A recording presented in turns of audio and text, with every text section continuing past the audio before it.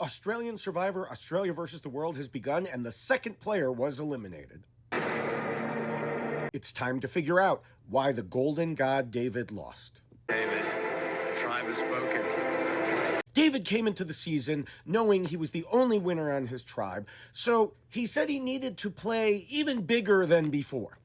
I'm sure it also helped that he won almost $6 million US already in Deal or No Deal Island. Even so, I don't know that he really did play bigger. But he also didn't make the smartest decisions in his short time there. This was especially the case when it came to his dealings with George. David went in with the most connections, while George also had a lot. So when George wanted to work with him, he should have gladly taken the deal. It was the first vote, and I think in any given situation, even if George was going to turn on him later, David would have had the upper hand in terms of charisma and trust. Not to mention, if he made it to merge, he could link up with Parvati. But he decided George had to go.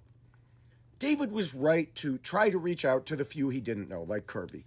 But she already had her eye on him. Instead of trying to bring her on board, I'm not sure why he didn't just target her outright. I guess he didn't see her as enough of a threat. But his reads were often general, as he thought his old real-life friendship with Sarah would hold, which, of course, it didn't. I think David got some tunnel vision here. While Kirby was picking up numbers against him because he was such a threat for the future, he continued to focus on George. Even when George ran back to Luke and David, David still didn't trust George. Then David came up to George and Kirby and asked, "Who's putting out my name?" In a hilarious scene, George said, "She's standing right there," and motioned to Kirby. She was obviously stunned, and David should have known that George was being honest based on that reaction. Yet he still wanted George out. I suspect one thing that made it easier for Kirby and company to vote against the Golden God was that they saw the World Tribe won the challenge without Mr. Muscles Rob. As much as JLP said it was strength-based, it was really about working smarter, not harder. This showed that they didn't necessarily need the muscle men. Going into the vote, I wasn't really sure how it would go. It had changed so many times, not just at the beach, but at Tribal Council. This was a very rare, actual, live tribal, except that, like so many of them, it ended up settling back on the original target, though that was thanks to David himself. By telling George to vote Janine, David caused his own demise. He had a group of 4 against Kirby's 3. He gave away the majority, and he was the other target. I know he presumed Sarah would stand by him, but she was giving all the signs that it might not happen. He didn't have anything nearly solid enough to needlessly take the risk.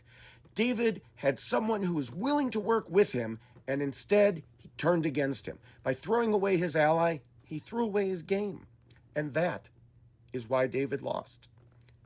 But David is also winning because the news came out right after his elimination that the rumors were indeed true, and he is replacing Jonathan as the host starting with the next season. Because of those rumors, I have to say I did not expect David to go out first from his tribe. I figured he probably won, and that was one reason they wanted him as the new face of the show. Knowing this, it was a bit of a weird feeling to see him saying this was probably the last time he'd ever play Australian Survivor and that they had retired him. Little did he know at the time, and little did JLP know that he was hugging the guy who would take his place. Be sure to subscribe for upcoming future mini WhyXLost videos all season long, and watch for separate short videos with my thoughts on some of the more interesting or funny points of the game, plus, of course, plenty on Big Brother 27.